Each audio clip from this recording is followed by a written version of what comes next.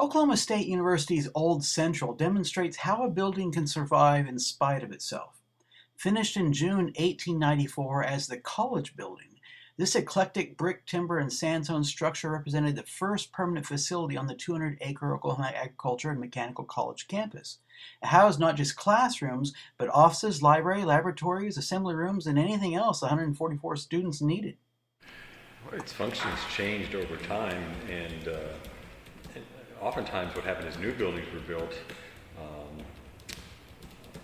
The administration and others would then gravitate to the newer facilities, and so this became kind of a secondary catch-all for other activities. The print shop was here for a while.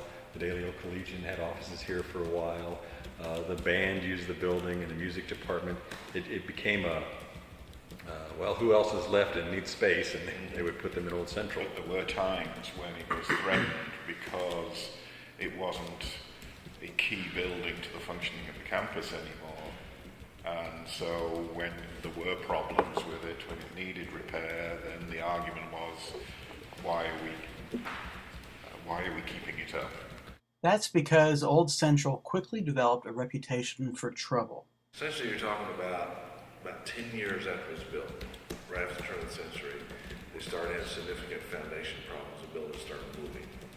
So they came in and put these metal things in, which a lot of buildings in Europe to hold everything together. They did some work around the foundation.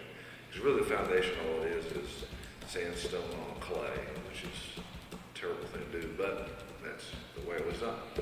A flowing malaise of structural woes emerged in the 1920s as President Henry Bennett started his aggressive campus expansion. And then they had more structural problems every few years, do minor repair here and there, until finally in the 70s they started thinking, well, we either got to tear down this building or we got to put something major in. So they said, we're going to put something major in. So they did the foundation, and they did a lot of work on the foundation. And they were going to do a little bit of work on the outside, and then a tornado hit it in the middle of construction. OSU leaders repaired the twister damage with their structural improvements, recreating the interior along 1890s lines.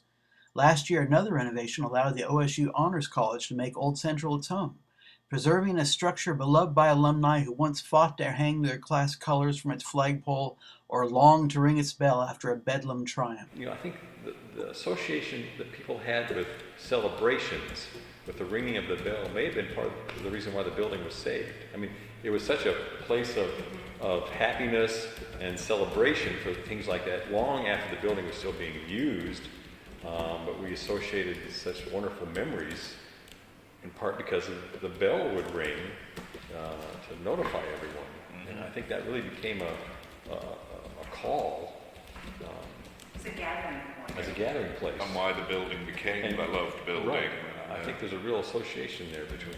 And Williams Hall, which didn't have those associations, was it's demolished without fuss. Really. It's the Facebook and cell phone of their age. It was what brought people together.